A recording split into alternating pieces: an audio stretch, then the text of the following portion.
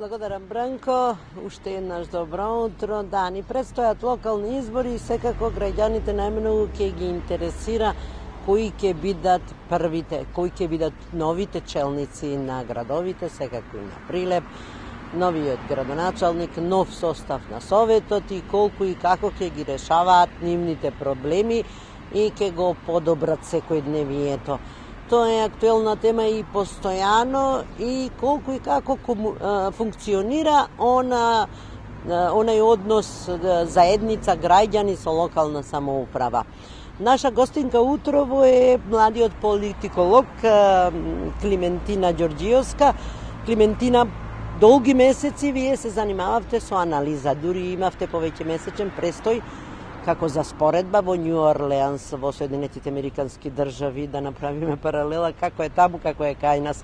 Издадовте и своја книга од сите ваши истражувања, од диалог до политика. Или едноставно речено, градови што слушаат. Па, каква е моменталната состојба, што се случува, колку градовите слушаат, колку функционира тој однос граѓаните, локалните самоуправи или локалната самоуправа? Ви благодарам, да. Клучно е граѓаните да бидат, гласот на граѓаните да биде интегриран во креирањето на јавните политики. И токму од тука беше мотивацијата за ова истражување и нели за издавањето на оваа книга која содржи практични совети и мерки кои што локалните самоуправи, кои што општините низ државата можат да ги применат. А истражувањето се базира на, како што кажавте, мојот работен ангажман во Нью Орлеанс. Што е она суштинското, кои се тие пораки, препораки да бидат градови? Слушаат градовите или не? Конкретно локалните.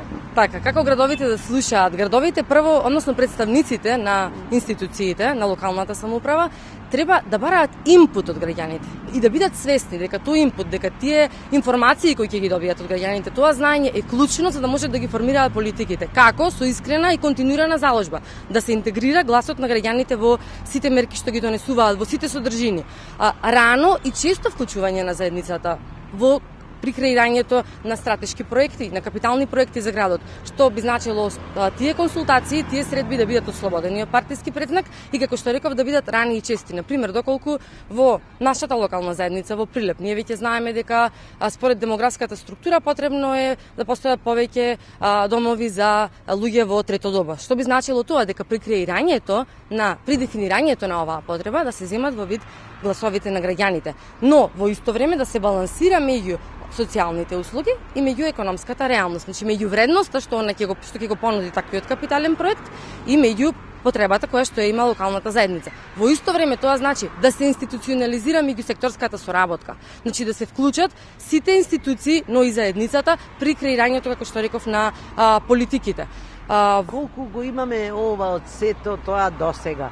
За жал, граѓаните често велат дека не можат да комуницираат многу со локалните самоуправи, ги забораваат по гласањето во голем број. Така, исто така потребно е да се работи на решенијата и да се спорачаат во ветениот рок.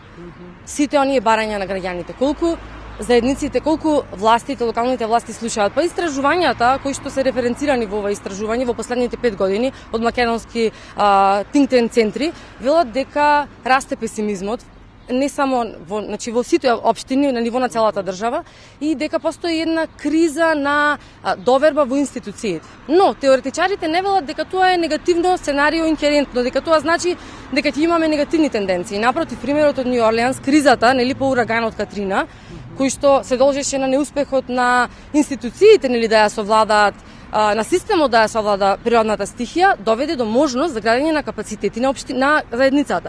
Ги освести на некој начин. Точно, ги освести и им покажа како се гради чувството на припадност во заедницата и како се гради чувството на сопственост врз се она што го прави локалната самоуправа.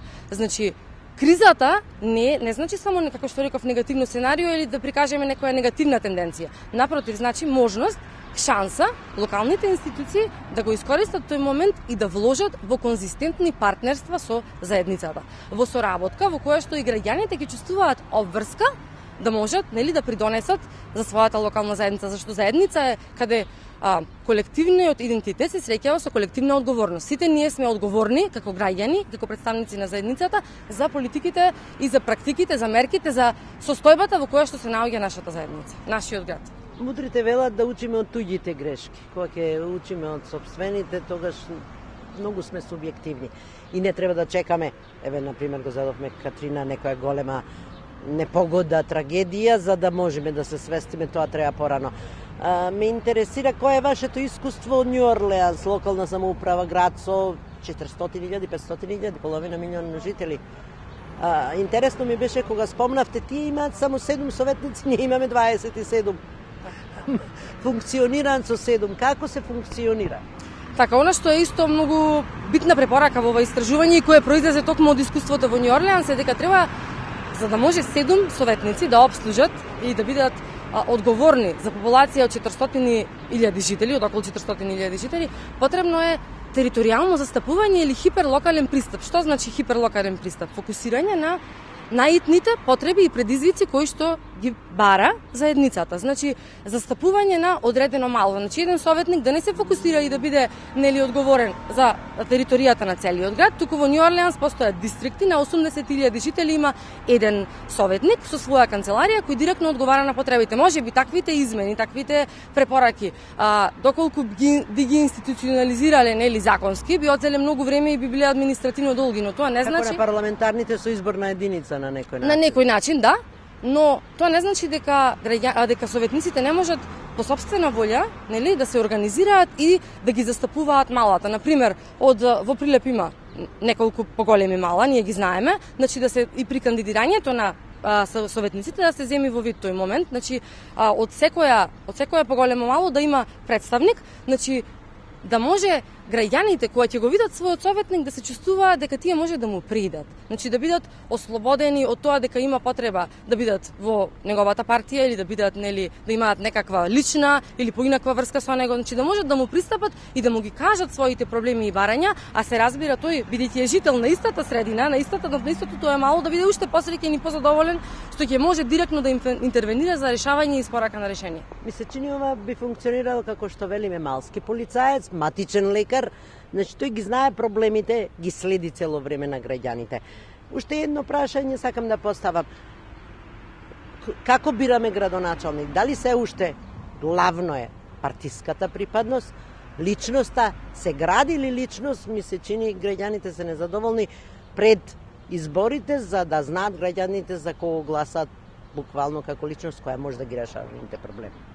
Така, па во нашата средина или со оглед на нашиот партиско-политички систем, ние се уште гласаме за партија, ние не гласаме за профилот на кандидатот, нели, или за неговата професионална мрежа. И тоа беше всушност и клучен момент кога разговарав со представниците на институциите во Њу Орлеанс кои кажаа дека доколку немате зад себе политичка мрежа, тогаш може да ја искористите својата професионална мрежа, доколку вие сте адвокат, да барате поддршка од другите адвокати, нели, за да ги поддржат вашите политики. Мислам дека ние, па ќе речам, нашиот хабитус, начинот на кој што функционира нашиот партиско-политички систем е поинаков, но доколку граѓаните се посвесни дека тие имаат мојки не само на денот на изборите да го заокружат нели кандидатот кој сметаат дека треба, туку во текот на целиот мандат на еден градоначалник или во текот на целиот мандат на една влада и да ги адресираат своите прашања, но да ги адресираат системски и конзистентно и напишано. Значи ние кога ќе побараме напишано некакво барање да се оствари, верувам дека отчетноста и одговорноста